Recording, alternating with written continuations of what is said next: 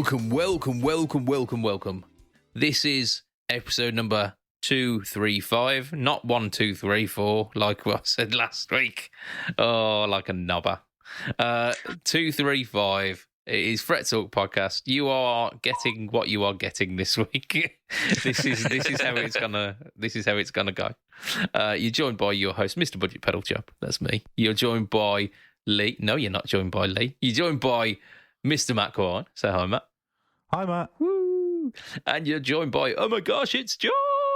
Dabba da dabba da dabba da doom. Indeed. Yabba dabba doom. It's gonna happen. Whether he likes it or not, it's gonna be his catchphrase.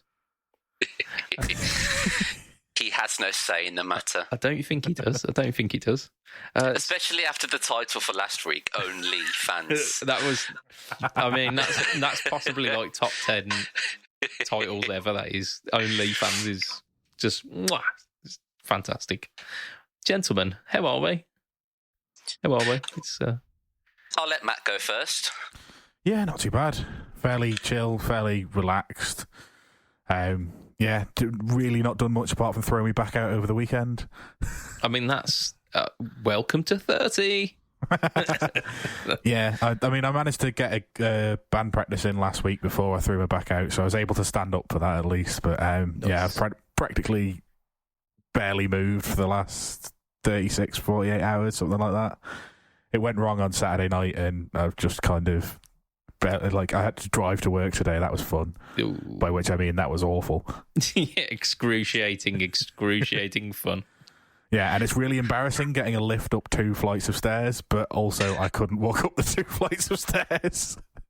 Hey, if it's what needs to happen, isn't it? Yeah, but I guess if we're talking about like guitar stuff, obviously I just mentioned I had a band practice. I finally got the Cabernet back. Woo! And I used that for the band practice. And yeah, I remembered when I started playing it that I'd had a fret dress about 2 months before. I then changed all the electronics because the jack socket was rattling.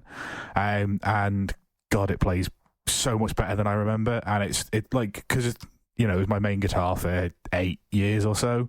So it's already something that you long for playing. And then, yeah, to play it and it just plays so smooth because it's been fret dressed and just treated right. Just had so much fun. Forgotten pre-band practice that I was supposed to learn a Pink Floyd track, so that went really well.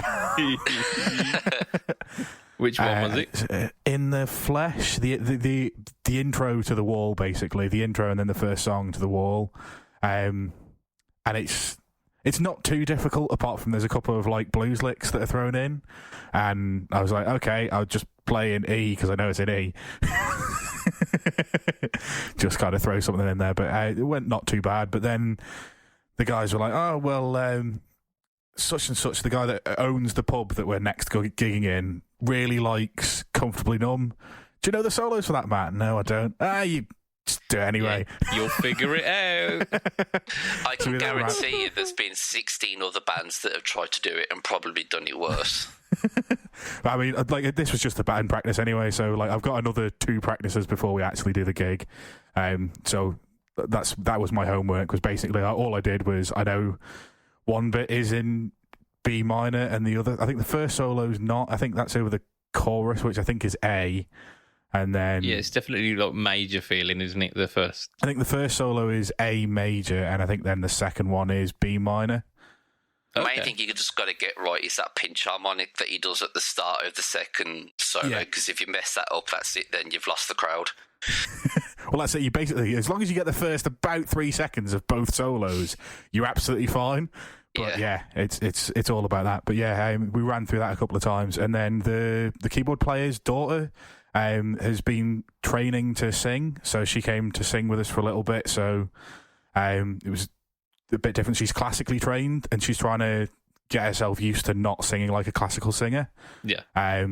So she came and did a few numbers. Did an Oasis song. She did our rocked up version of I Will Survive, and a couple of other songs, and was just trying to get out of the habit of trying to make everything really clean and really clear. And we were trying to give her a couple of tips. So that was interesting. I've not had to try and explain to training classical trained 18-year-old classical singers how to like give a bit of gravel behind your voice and stuff, and just let things not quite be perfect.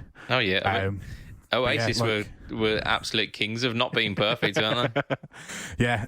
So that but it was actually really good fun. Like trying hearing stuff with a different singer, because our singer was actually on holiday skiing, so we were just getting together because we haven't played for a while, and obviously, you know, when you haven't played for a while and you've got a gig coming up and you're going, well, I last played these songs in October, so we need to play them again before gigging. So, but yeah, no, it was all good. It was good fun, and yeah, I love my Cabernet, and I'm so glad I've got it back. I mean, now with Cabernet, is it kind of like, was the hype of finally getting it back worth it? Absolutely, like, because I'd forgotten it had a fret dress, and I remember now why, because the G and B strings, like all the way across the first 12 frets, were so worn down, because it basically, I reckon it's probably had about 10,000 hours worth of use. And I'd never had it treated. And then I got it treated, had it for a couple of months, and then the jack socket became rattly, so I replaced the whole wiring harness. And then what had happened was I bought a wiring harness with the outside of it is the ground. Yeah. And then I'd not positioned it well enough when I put it back in, so the tip of the jack was touching one of the coated wires, so it was just muting itself. So the luthier has just covered it in heat wrap. Yeah. But but because I had forgotten that it had been fret dressed, it was so much better than I remember it, because I remember it getting worse and worse and being a bit of a pig to play by the end, but just because it was my main guitar, like, I dealt with it. Yeah. And now it doesn't play like that. It just plays like butter again. It just plays like, you know, when you not quite when you first get it, but once it's worn in a little bit, yeah, it plays like that again. And yeah, just the sweet spot, that, isn't it? Once you've like just got accustomed to the guitar, and you've worn out all of the kind of rough edges of the factory, and it's the sweet spot there. And that's the perfect way to come back to it as well, isn't it? Like, having just had like a full service almost. Yeah, and it'll be back in the rotation now. Like, I went for a while of like, it'll be just Strat and Les Paul, and absolutely won't. The Cabernet will be out as often as either of them. I don't care if it's not the right guitar for the job. Yeah. A good worksman never blames his tools. Yeah, I would there's so much in the set that literally needs a Telecaster, and I've got one, and I deliberately tuned it to open G, so I'd only use it for 2 songs. Absolutely. I mean, for all my gigs, I make sure I charge the battery on the Variax, and I only ever use it for 2 songs, where I absolutely have to have a humbucker sound. All the rest, I'm like, nah, fuck it. Magnetic Strat pickups are fine. Yeah. I didn't realise you had to charge the Variax. I didn't know that. Yeah, well, so if you've got the big beefy boy Helix, you couldn't have it powered through the Helix, through the L6 link. But like anything else, then you've got like a little lithium-ion battery in the back. And to be fair, they last quite well. Unless you do a No Talk All Tone demo and leave your fucking cable in, and then they don't last very long at all. Yeah, that's the only problem. Is like anything, if you leave the jack in the socket, they're constantly on. Even when they're off, they're still draining. Yeah. But yeah, like, I used to charge it once every 3 gigs, which is 6 hours usually, about 6 hours playtime. Yeah. But yeah, like, I've got the Variax. I've played it at a lot of gigs recently, and I don't think I've switched it on. I mean, yours is the HSS model, though, isn't it? As well? Yeah, it's a HSS Strat, which it's versatile enough as it is. If you can't get what you need out of an HSS setup, then you're probably searching for a very specific tone. Yeah. But yeah. I mean, for me, like, the majority of the night is on the neck pickup of the Strat. I can get away with the most of it. And then, like I say, I've got 2 songs. We've got Hold the Line by Toto and There's a White Snake one as well, Fool for Your Loving, which I've tried on the bridge pickup of the Strat. That's too thin. But it's just there's not enough there. It's mainly for the gain because I'm running two kind of light overdrives stacked. And they're okay, but they need that little bit of a push. And the Les Paul tiny bit of grit and output. Well, it's that, and you get the sustain and the real warmth. But what I find is that I end up forgetting to turn the Les Paul mode off for the next couple of songs. So I end up with like really big fat funk sounds, and I'm like, something's not quite right here on the neck pickup of a Les Paul. That'll be right. But hey ho, so that's the traditional funk position, isn't it? Neck pickup of a Les Paul. Absolutely. Yeah. It's not like Gary Moore at all. But yeah, Gary Moore, the famous funk player. Oh dear. I mean, we have got a famous funk adjacent bit of gear that we're going to be talking about a little bit later on. I mean, famous adjacent. That's it. Yeah. To be fair, it is one dapper wah pedal, but we'll talk about that a little bit later on. What am I saying? I released the Rottweiler distortion, didn't I? The no talk or time for that. I added a cheeky little German sausage pun in the title. It wasn't the worst pun I've ever seen. Way. But it was literally like the worst drive, but spelt like sausage worst. And there were so many people who didn't get that. They were ready to like lynch me. They were saying, "Oh, how can you say this is the worst drive ever?" I'm like, not really. I didn't. It's not what I said. Yeah, like even in the description, it's saying like the worst one from this series of 3 pedals, which I still stand by. The dark matter is incredibly versatile. The Mojo is my go-to. So out of those 3, the Rottweiler doesn't quite hit the mark for me. But it's a really strong lineup of pedals, and I'd qualified this within like the first sentence of the description, but I still got people absolutely gunning for me for that the German sausage pun. But I remember I bought the Rottweiler years ago purely because it said Richard from Rammstein used it, and I was like, oh, okay, this must be like a key to his sound, and I got it, and I was like, this is shite. Yeah. If this is the key to his sound, lock it back up and throw it away. Yeah. I think I sold it the same week. Yeah. I mean, to be fair, I've played worse pedals, and once I got into it, it's really quite a fun pedal. It has way more gain than I ever need, and it's very, very fun. And there's some quite usable. It's really reminiscent of like new wave of British heavy metal tones, which like harkens back to when I was young and wanted to play like Iron Maiden riffs. But like it's not the most refined. It's quite noisy for what you get as well. Like the noise floor on it is quite extreme, but it is quite fun. I thought it was really, really interesting pedal, and I'm happy to have it in my collection, if like for nothing more than just to complete that series of the drive section of the Tone Print series. If you don't include the Spark. It's not a drive pedal; it's a boost pedal. Well, it's got gain on it. So, I mean, it's somewhere there, but... The biggest pedal I regret selling was my Spark. That Spark, when I had it in the loop of my amplifier at the time, was the best sounding lead tone I've had ever. And I really regret selling it because it was so good. It was so good. They are really versatile because you can get the kind of the tube screamer mid-hump from it. You can dial in the EQ as well because you've got like the 2-band EQ like you do with all the rest of them. You can get like a flatter response. You can get like a gritty boost. You can get a really clean boost. It's so much.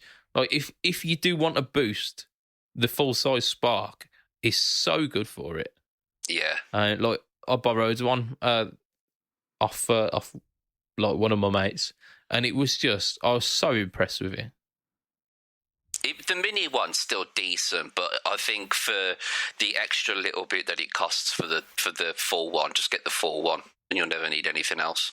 Yeah. Like the mini one is great for just a standalone make louder button, because it's got it's got like the momentary and the latching as well. So it's really good for that make loud. But the Spark Boost full fat version is like it's the king of the transparent boosts. In fact, actually, like king of the all of the boosts. Yeah, king of the versatile, boost. Yeah, the versatile boost that could do the transparent and everything else. Yeah, as long as you're not after like treble boosty kind of tones, which I think you could probably still do at a push. Like it does all the rest of the kind of boost tones. Like it'll do a decent kind of clonny style one. It'll do a decent tube screamer one. It'll do a decent like super clean boost. So it's just yeah. Like you're saying about the mini as well. You need to watch out for it having both latching and the momentary, because the other guitarist in one of the bands that I'm using uses it for a lead boost a lot of the time, and the amount of time he stands on it for about 2 seconds and then steps off and his solo goes really quiet again because he's forgotten that it's got that mode in it, because he's one of these people that like he'll hit it as he starts the solo, but and then won't let go. Think about the first three or four notes. Then when he gets into a bit where he's in a rhythm, he takes his foot off and the volume drops. I mean, at that point, you just stay where you are, don't you? You stand still. I mean, most of the time these days he just stands on it and then takes his foot off after the solo. But yeah, the odd time he forgets still, and it still makes me crack. I'm just like, he's done again. Yeah, I mean, I'm really shit at the switching the pedal on for the solo. I always find that my precision with my feet goes to absolute shit the moment that I need to do that, or when I need to like disengage from the solo. Like you have that moment where you go slightly off balance. Yeah, I'm trying to wedge my foot because my boost's at the back, so I'm like trying to wedge my foot between. That's your own fault then. I can't really talk because I stupidly placed my boost between the high gain side of the Messiah and an octave pedal. So if I go slightly right, it's octave. You get octave, and if I go slightly left, you either lose a load of drive or gain a load of drive. The last time I played the last time I played a gig was before COVID, and I had my full pedal board out, and like when you're in like my stage shoes and my docks for the outfit, and this like the tiniest part was where I needed to engage the boost on the pedal board, and you've literally just got to get the tip of your toe just to go on otherwise that was it. I've literally stopped wearing docks for gigs because of that, because I used to wear docks for gigs and now I'm wearing Converse or Vans because they're a little bit narrower and I've got the more chance of just hitting the button that I need to. See, I'm considering stilettos. Just for the precision alone. Yeah, wearing them the other way round. That's it. Yeah, some odd look forward facing stilettos. Oh, you can imagine like your Achilles tendon after the song. You'd be absolutely caning, wouldn't you? I tell you what, I'd certainly be changing shoes to load in and out. Definitely, absolutely. Yeah, I think I'm getting to the point where I need to like consider the layout of my pedal board. I had an idea some like 3 years ago now of having like a really simple loop switcher, which is basically just like a mechanical switcher with 3 loops, where I have like all of the drives in one loop, the things that I will use for a solo boost in another, and then like modulation and time-based effects in the third one. So I can literally just like preload for whatever song I've got. Yeah, like, the Harley Benson one then, that's like cheapest chips and you can do that. I've already got like a really cheap Chinese like 3-loop switcher, and it's got a picture of a fucking horse on the front. It's just hilarious. So I've That's got probably what it was made with. with real horse. So I've got the stuff that I need, but I've not got around to doing it. And I've got the pedal patch cable kit as well. So there's absolutely no reason for me not to have a board that doesn't suck. Apart from the fact that you're lazy. I am, yeah. I mean, when it comes to like laziness, I've got a band practice in like 2 days' time, and we're trying out some songs for the rehearsal that we're gonna then play on the Friday. So like we're rehearsing on Wednesday, and we'll be playing the songs on Friday, whether they're good or not. And have I practiced? I have not. Oh dear. But there we go. So that'll be why I haven't got my board ready yet, because I need to practice. Which you also won't do. Yeah. But there's an excuse. So I've done the Rottweiler thing. I've also, so coming out this week or like 2 days ago when this releases was the Twiggy Blues. So basically like 4 pedals in one note or tone. So that's bang for your buck. I couldn't do it in my usual little pedal cubby hole, so I had to do it on the floor with 2 different camera angles because it's that fucking big. So enjoy that. And I got another thing through the post this week, which I immediately did a no talk all tone on. So I've like preloaded my videos for 3 weeks on the trot, which is the Mosky Spring Reverb. Yes. I'm not going to... The one that's got the barcode on the front. It has, yeah.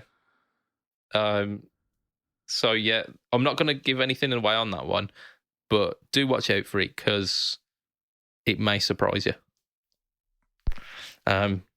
What else have I done this week? I haven't done anything. Josh, I saw something today.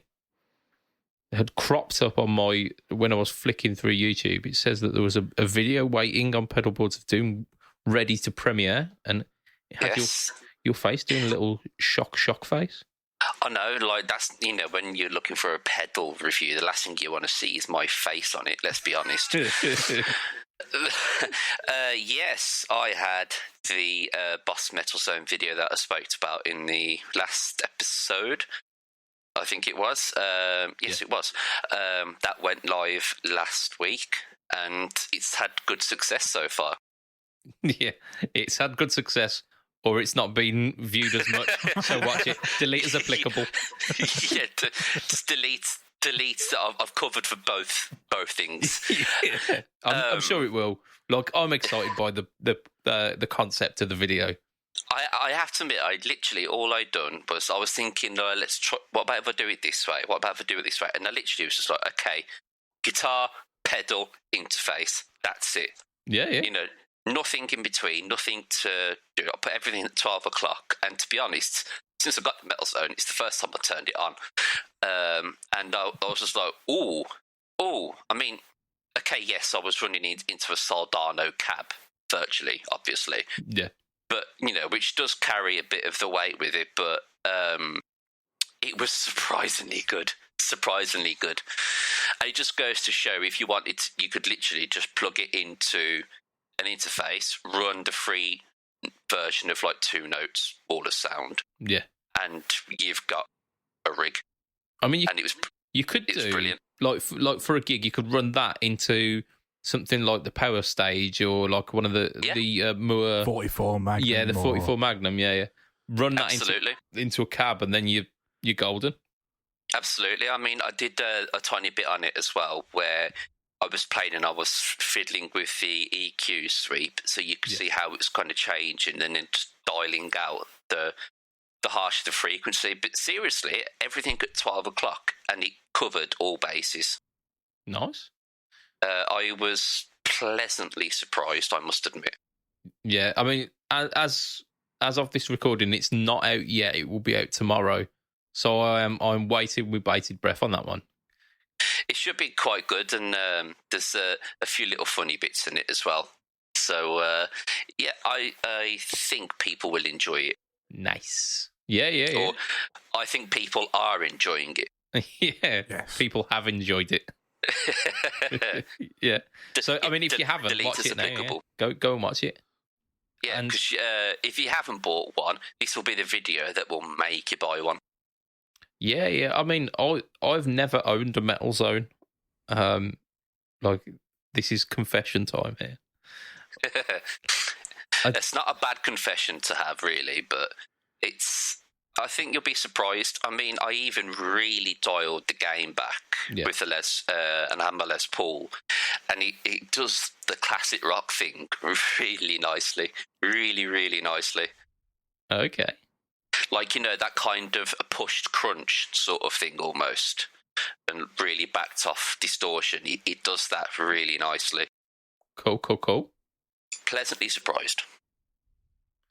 I wanna try it because I've got a Behringer Ultra Metal, which is based on the Metal Zone. Same sort of shindig, same sort of thing. But it's not quite the same as having the official box of bees, is it? No, I mean, don't get me wrong. Like, when you are playing with the frequencies, there is like wasp setting, but what, like, once you know how to pull it out, it's good as gold. Absolutely good as gold. So it's something that I learned as an early teen. Completely different meaning to birds and the bees. There you go. Yeah. Oh shit, man. Right. I reckon we should probably do a bit of news. What you reckon?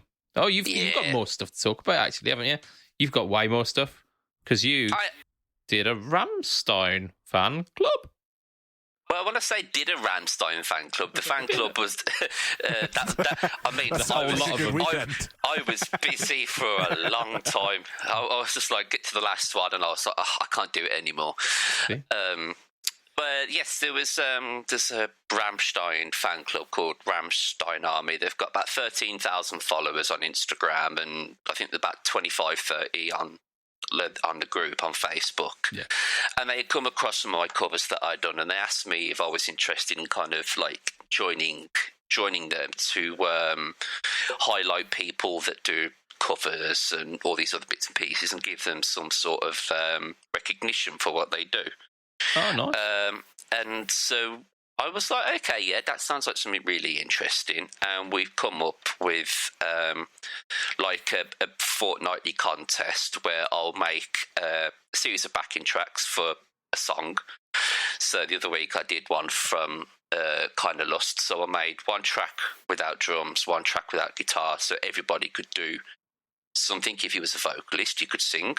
If you was a guitarist, you can take the guitars out and do a guitar cover and bits and pieces like that.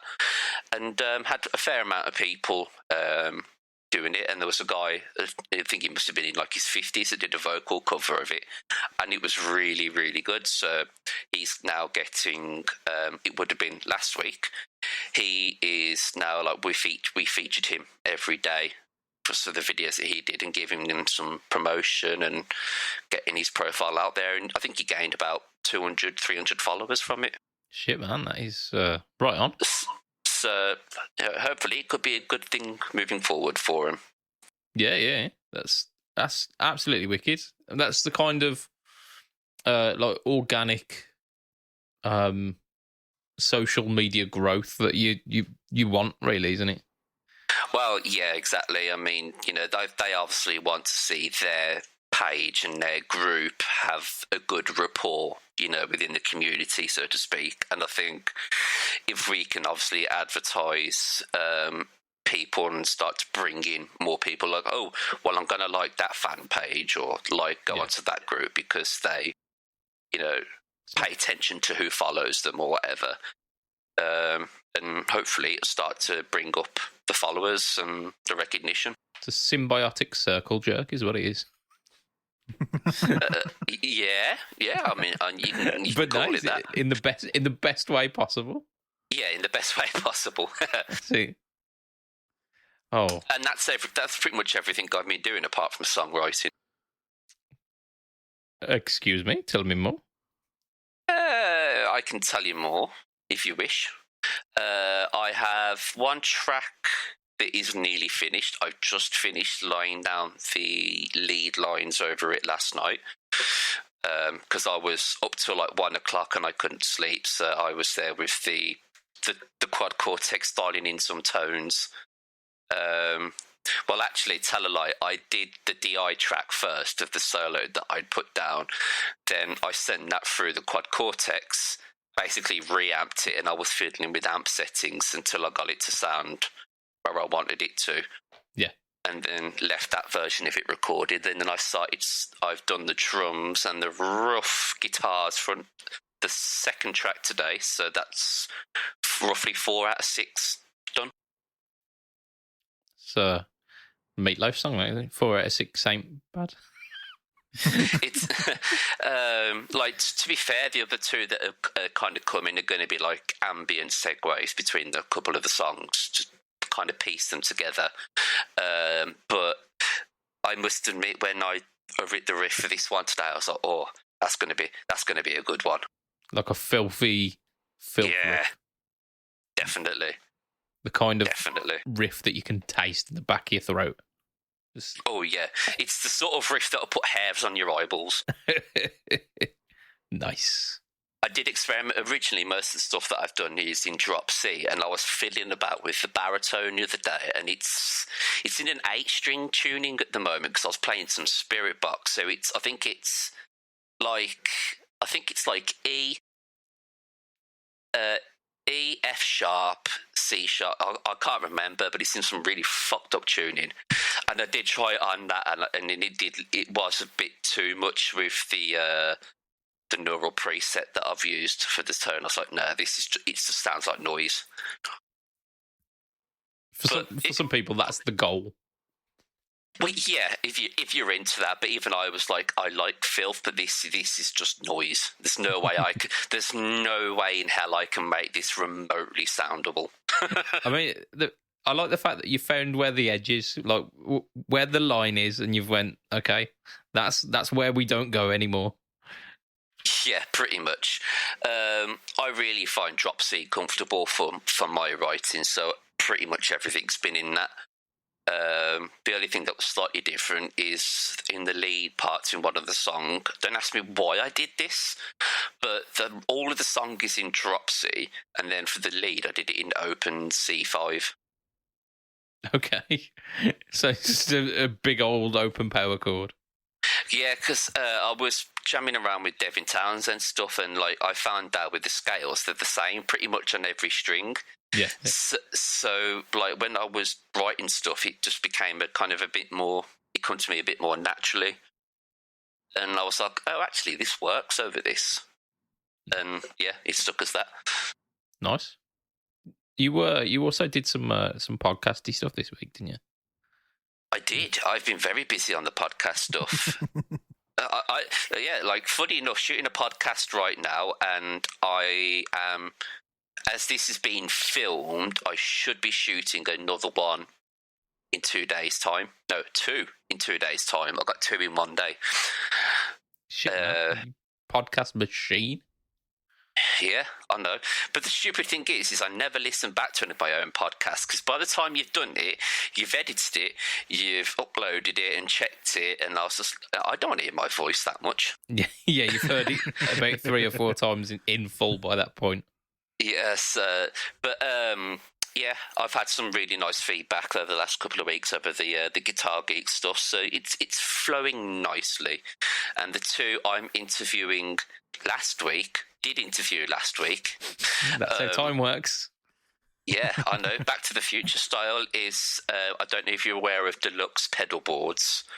I'm interviewing Marcus. Yeah. Marcus, I'm interviewing him, and I am interviewing Joe Hamilton from Get Good Drums. Nice. And he's hoping, well, fingers crossed here, but if I do that, I may be able to get some footway with getting Ollie on at some point.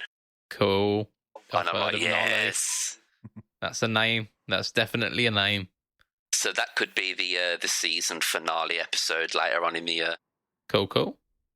And that's all of my stuff done. So not pointless, self-promotion.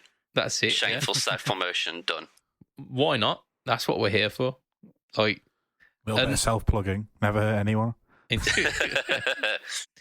Yeah, we don't do that here. Self-plugging. I believe that's called pegging.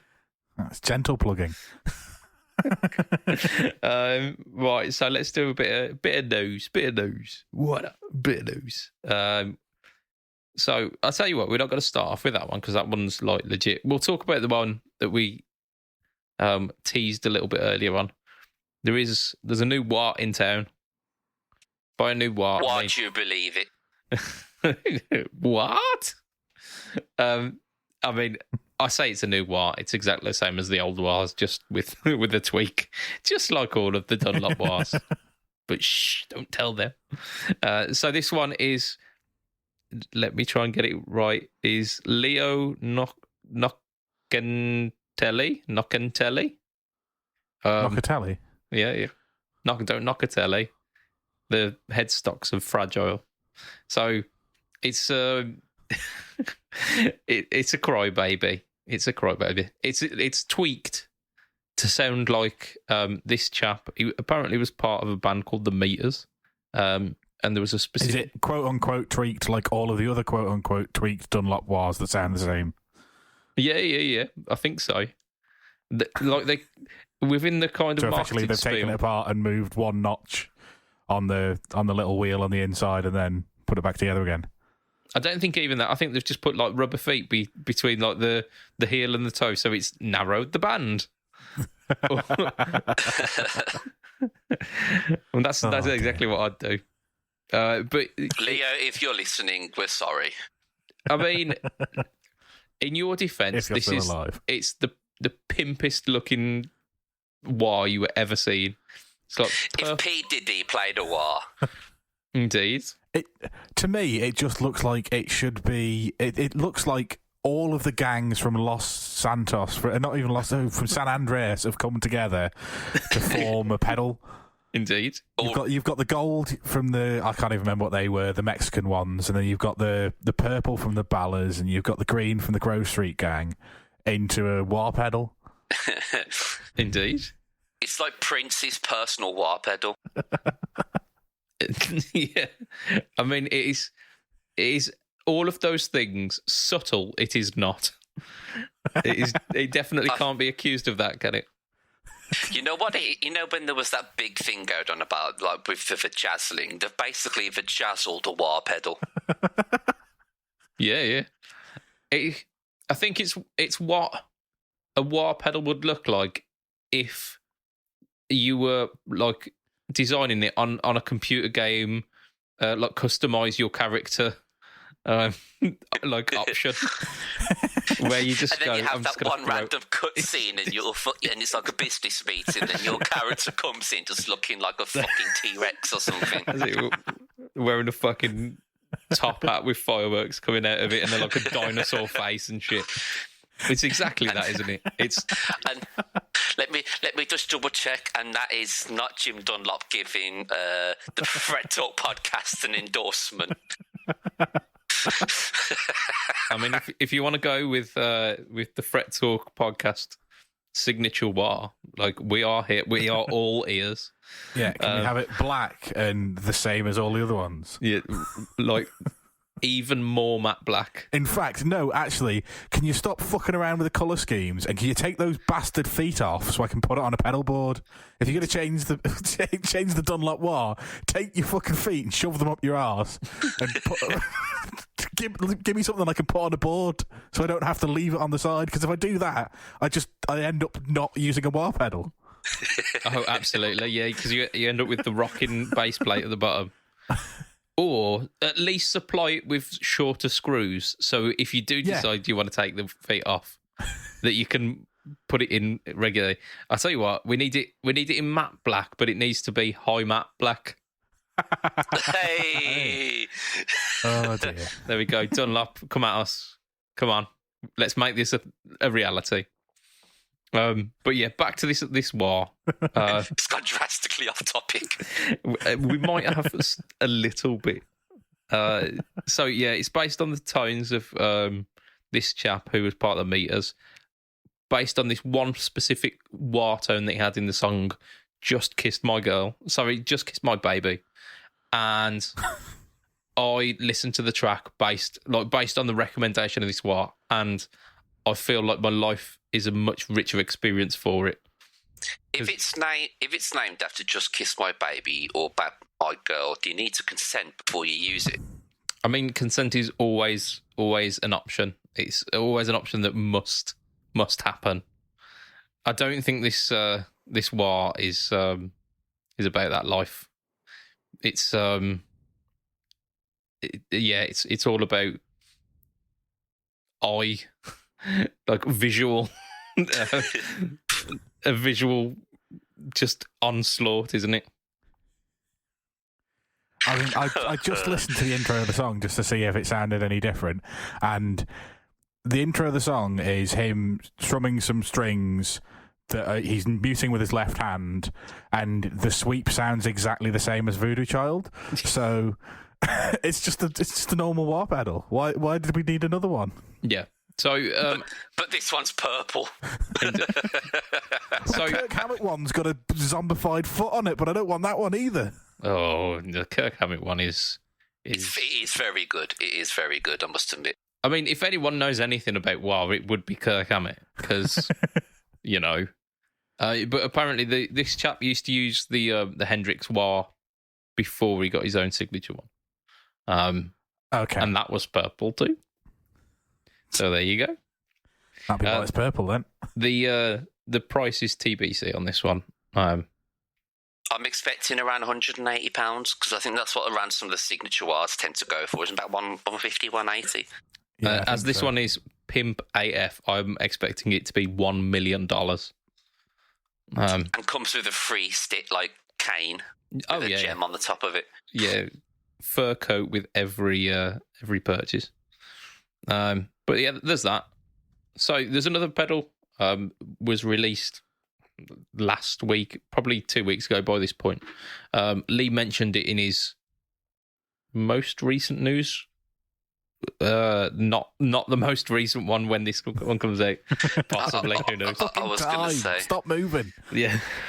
So TC have released a pedal called the Bucket Brigade, and this is a big fuck you to MXR. Essentially, so it's not like it's nothing to do with their like Behringer range. It's not a tone print. It's something completely different. It's a bit like the June 60 was. It's just like a standalone pedal, not within a range.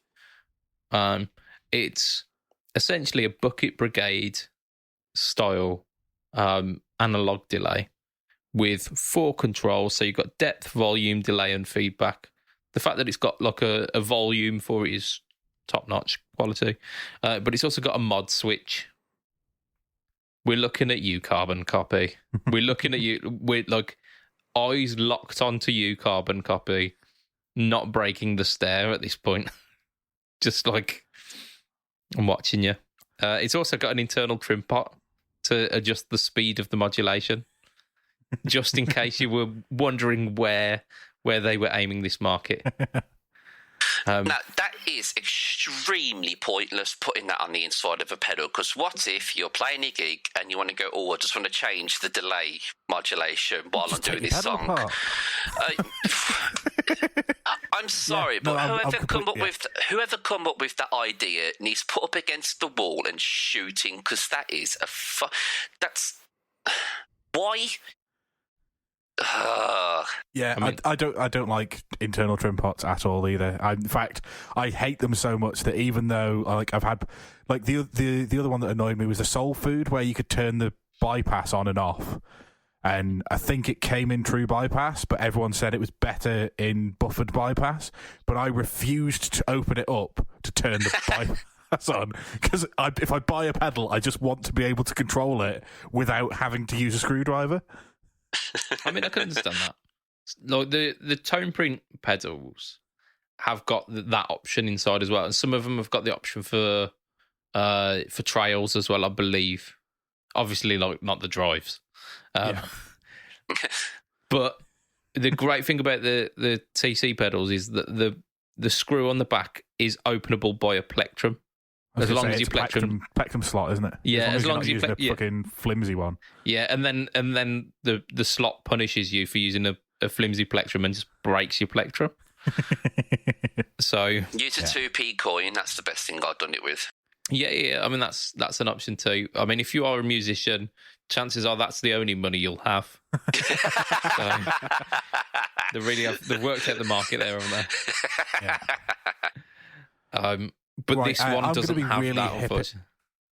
I'm going to be really hypocritical now because I spent the last 2 podcasts I'm on, I bitched about the Fender pedals and I bitched about the Gibson pedals because they're just doing rehashes of other things or joining markets where they ought not to join the markets. But this is a carbon copy for half the price with the jacks in the right place.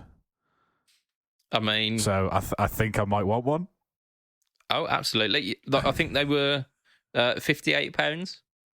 I think they're a little bit more than that. 69, I just saw. It was $69. Sorry, 69 euros. Which £69 is on Anderton. Nice. If you go Toman, you get it for 58. So, yeah, I might go Toman then. But yeah, as much as like I say, I've criticised companies for either copying other people or for any of it. Like just the thing that TC have done here is they haven't released it in the £120 to £180 mark or the 100 to 150 mark. They've gone right. Well, we'll undercut everything because they've there's played no an absolute delays out fucking there blinder, like is what they've done. Yeah. I don't know. Like anything in this range for like with that amount of control, you normally get a 3-knob delay for that price. Yeah, I mean they've done the thing where is if it's better or cheaper, then it's worth doing, and they've gone, yeah, we can do it cheaper, fabulous, because it's exactly the same as a fucking carbon copy. They haven't, they've not changed it at all. In fact, actually, it's got more knobs than the carbon copy. I think the volume is the different control on that, so better and cheaper. I mean, it would be interesting.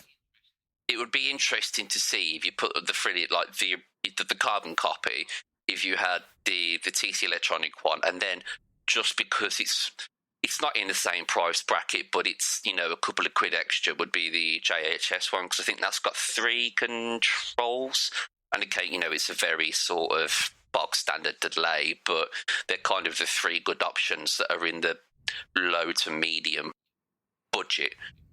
But I would have to go for the TC one, purely because, like you say, with the jacks being in the right place. Yeah, the jacks are in the right place is what sells it for me. I mean, stop putting jacks on cider pedals, people. It's 2022. We don't need that negativity in our lives. I have to agree. The thing that sells the carbon copy for me is the paint job, like that subtle sparkle green finish is much better than the Bucket Brigade finish. But is it an extra £100 better? Is it bollocks? No. I could go out and buy some sparkly green paint, and then we've got a winner, haven't we? Like a badly painted TC pedal. Oh, but yeah. So that is the TC Bucket Brigade. I know it's quite plain, the Bucket Brigade, but I really like it. I like the sort of like the geometric artwork that's on it. I do like it. Yeah, I mean it's artwork, whereas the MXR is literally an MXR pedal. They don't do artwork, but their colours are fantastic. But yeah, like you say, for half the price, it's a no-brainer. What's the name of that other delay pedal they do in that really basic range? The Echo Brain. Is it the Echo Brain? The Prophet, the Echo Brain. There's another one as well, I think. The Gauss is so the Gauss was the tape echo. The Echo Brain is the analog delay, and the other one you mentioned, I assume, is digital. Yeah. I've got the Echo Brain, and I actually really, really like it for what it was. I mean, it was cheap. I think they've gone up to about 50 quid now, and I think I bought it for 35 new. Yeah. It's a cracking delay pedal. Don't get me wrong, but like, it's not quite as good as the sounds in the M5, so I went back to using the M5 for me delay. But I genuinely think this bucket parade will probably be as good as if not better, because the sound I'm using in the M5 is basically their carbon copy sound. It's the analog delay with modulation, also known as carbon copy with the switch on. Indeed. So we've got one final bit of news today, which is something Josh is a little bit excited about here. Harley Benton. I mean, they've released another guitar this week, but that's no longer news, is it really? Because that happens every week. What have they released this week? They've released is it an Ollie telly or a Strat? It is. They've released a double bound telly at 150 quid for a double bound telly. Oh yeah, I was looking at one of those today. I didn't realise they were new. I just saw one flash up on my timeline, and I was like, it's 150 quid for a double bound telly with a sparkle finish. Yeah, it's a tough one to. Hold on, how did this get past me? I need to look at this. It's the TE62. Yeah, 62, and it's like rosewood board DB, I think, for double bound. But yeah, you have a look at that whilst we mention this G112AFR, which is essentially an FR cab, 100 watt Class D power amp, 12-inch woofer, and a 1-inch compression driver. It's not the size of the compression driver that matters. How you use it. It is indeed. It's also got so it's not just your standard cab shape. It's got a cutout at the back edge so that it can be tilted back and used as an angled cab, almost like a wedge monitor. Okay, it has got that feature, because that was good, like when you were talking about it before, and I'd seen it. It just looks like a normal guitar cab, and I think that would put me off buying it as an FRFR. Yeah. So it's got you've got your option for both. It allows for both jack and XLR input. I think it's mono input. There's not like stereo. Go on, Josh. Have you seen these double bound tellies? Oh man, 150 quid for that. That's a steal. I was going to say, even by the time you replace the tuners and the electrics, you're still under 300 quid. Yeah, it owes you nothing, does it? Well, I've got a spare pair of lock-in tuners that I took off a guitar, so I can easily put them on it. To be fair, I would maybe just spend the extra bit of money I would save on getting a double bound telly and get a nice roasted maple neck. Oh man, that's nice. I mean, you'd pay 150 quid for a double bound body. So, so this Harley Benton thing, it's also got some controls on it. It's got a volume, obviously, got resonance and a presence, so you can tune whatever you're putting into it to the room that you're in. So if you're using it as your power for like a Helix or a Quad Cortex or whatever, and your patches aren't quite sounding right with the room that you're in, you can then dial in the resonance and presence to get like a global EQ working well, instead of having to, because I know like the Helix has got a global EQ option. I assume the Quad Cortex probably has too. But that's faffing, that is. Having to go into like menus and find where the global EQ is and then start tweaking about with that when you could just go to your cab and twiddle some knobs until it sounds all right. That's wicked. It's not light, but it's not particularly heavy. It's 14.2 kilograms, which is fine. That's kind of what you expect.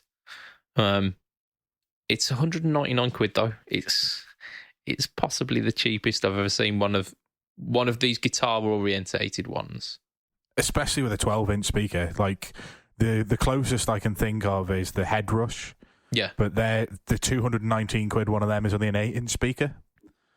Yes. And so then I think it's 300 quid for their 12-inch. Yeah, like the Laney one has got a 12-inch and that's 349. So you probably are looking at, it's probably going to be the best bang for your buck at that price. Yeah, absolutely. Yeah, absolutely. Yeah, I agree with that. it's tempting, isn't it? It's tempting. Yeah, well, like I did mention at the back end, like before I bought the Marshall head, I mentioned that I thought about going for an FR speaker and just running my simplifier.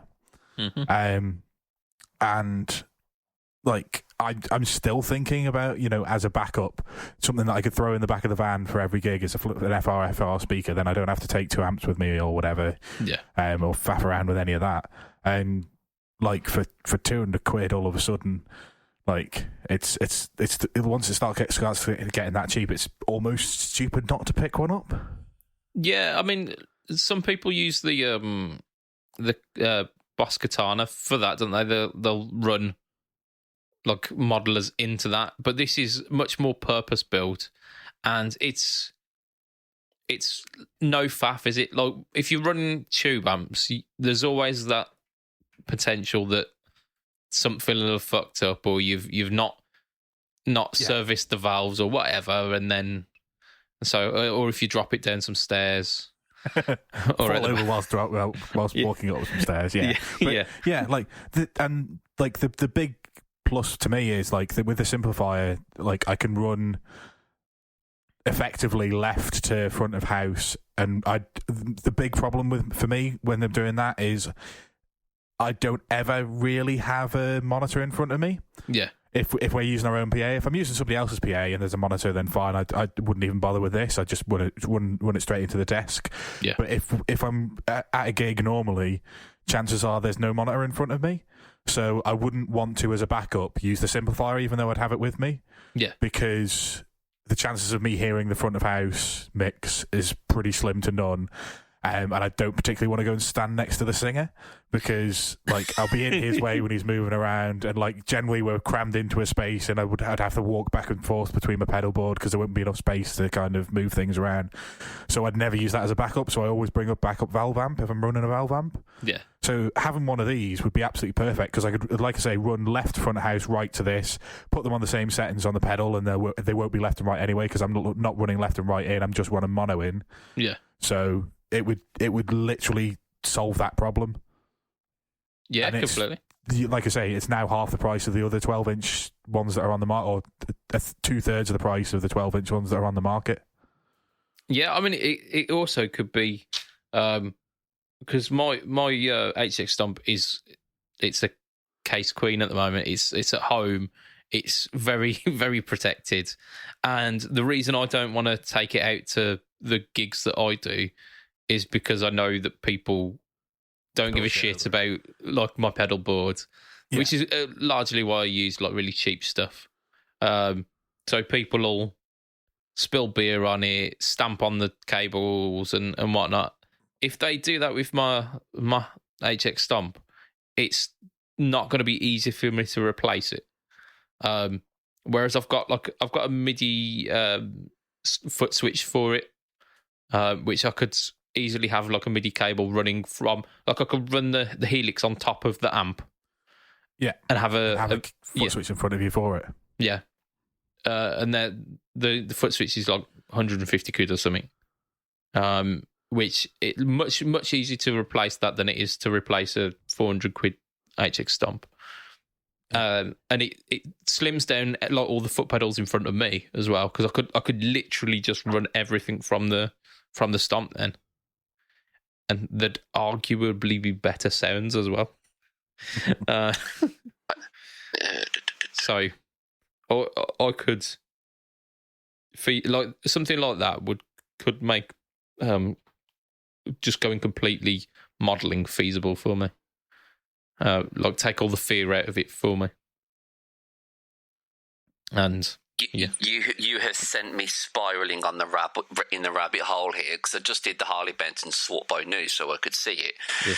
And literally just after it is a sandblasted T-type with a maple neck and like the Cabroneta style pickups. Oh, the FLTs. Yeah. Yeah. Yeah, we reported on those. I think there's a new set of colours coming out. Oh, shit. And this is really fucking nice. It's reverse headstock, though, so you look like you're tickling somebody's balls when you're trying to... But you see, reverse headstocks make sense. No, they don't. Yes, You look they like do. a twat. Yes, they do. And this is why I'm going to say, when you're playing guitar, your hand is naturally in that position. Yeah. Listeners can't see what I'm doing with my hand right now. He's got a barcode shape up for those of you at home. So if you're playing and you go slightly out of tune, you've got to go like that. But if it's underneath, you just go. It makes more sense with the tuners underneath because your hand hasn't got to move over the top. But you've got to reach too far, so it's a really awkward angle. Whereas if you go over the top, it's less distance. It's an easier. See, I genuinely think going underneath is easier and quicker because you can do it done. Yeah, I don't like the look of them at all. For me, it really is an aesthetic thing, and I think it's just because I'm probably on the autistic spectrum, which means I like things to be the same, and I hate all change. Any change is bad, and I always have hated change. And there's lots of other reasons why I think I'm on the spectrum. I don't think there's any probably about it. Then, to be honest, I hate to break it to you. I'm well aware, and I keep maybe talking about going to get a C specialist and actually get a diagnosis because. Although I'm not sure what good that would do me at 30 years old, but yeah, there's lots of reasons why I think I'm on the spectrum. But for me, I don't like upside down headstocks. They just look weird, and it just slightly it's one of those things where your eye starts twitching when you see things. Yeah, it's like an itch inside your brain that you can't scratch. Yeah, it's just one of those things. I think in terms of the string spacing though, it makes the longest strings that you've got on a reverse headstock are the low strings. So they're going to be the ones with the most tension on. And the high ones that you're going to be doing all the bendy widdly stuff on will be the shorter strings, which will mean they're less tension, which that sparks joy. Yes, but you're using logic. And I'm not fussed about logic. Yeah. That's why he lives where he does. Oh, absolutely, yeah. I don't think though in terms of geographical location, it's very much a lottery. You have no say in it when you come out of the womb. No, but I could have moved in the last 30 years and I've chosen not to. Yeah. But that's probably the autism. He doesn't like change. Absolutely. Well, and that's probably a good place to end it this week, isn't it? By the way, I've just noticed there's a 212 version of the Harley Benton FRFR for an extra 44 quid. Oh, shit, man. Why you be telling me this? I just thought I'd point out that if you want a 212 rather than a 112, you pay an extra £44. I don't think I do. It's my 30th next month, and I'm looking for a present. God damn it! I mean, it's better. I spent 650 quid on a Marshall head, so this is a lot cheaper. There you go. So you're actually saving money by buying it. Yeah, I think that's our wrap up for this week. And the fact that you've mentioned T12 is 44 quid extra, I don't want it, but I think I'm going to need it. Well, just because it's 44 quid. You can buy a speaker for that. You can run it in stereo. There's settings for each side, so you can either have it as two 112s or a 212. Oh, I need to buy two stomps now, don't I? And run a true stereo. Does a stomp not have two outs? I mean, it does, but. Will I have a problem with that? Wait, no, I won't. So what you're saying is I need to go full rack-mounted Helix now. Okay. But there we go. So we've got... I'm going to extend a thank you to our listeners. Thank you. There we go. That was the extension. I'm going to extend a double extra special sexy thank you. Thank you. To our Patreon backers. You are the best people and you keep the lights on. And you are as follows. Mr. Andrew Bimson, Mr. Adam Yeomans, Mr. Doug Christ, 37 Effects, the Just Surprise Me podcast, and Masters of the Cinematic Universe, which made me watch a movie this week. Damn you. Mr. Hugh G. Rection. Wee. Mr. Ben Fletcher, Fletcher Pickups, and Mr. Brian Gower of the Tone Jerks and Second Button Podcast. You made me watch some Seinfeld this week. Damn you. For as little as $2 a month, you can be part of that cool crew of cats. Meow. So if you want to catch me online, you can find me at Facebook, Instagram, YouTube. YouTube is the home to the No Talk All Tone series. That's at BudgetPedalChap. I forgot that bit. Matt, you are Hill_Matt Q at Twitter and Instagram. Correct. And Joshy ZK at YouTube. And the Corona Mortis at Instagram. And both Josh and I do some Pedal Boards of Doom stuff over at Pedal Boards of Doom. Yabba dabba doom. Yabba dabba doom. So that's us for this week. So from myself, Mr. BudgetPedalChap, from Mr. Matt Quar, and say bye, Matt. Bye, Matt. Woohoo! From Mr. Oh my gosh, it's Josh who's chewing on a pen. Babada dabba bye. Babada dabba bye. It will be a tatty bye and good night for this week. Goodbye. Ta-ra. See you soon. How we to say. Tally ho, chap.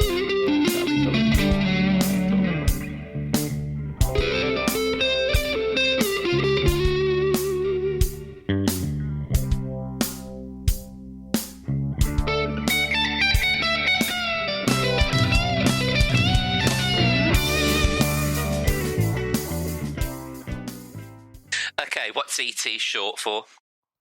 Got tiny legs, hasn't he? Yeah, there you go.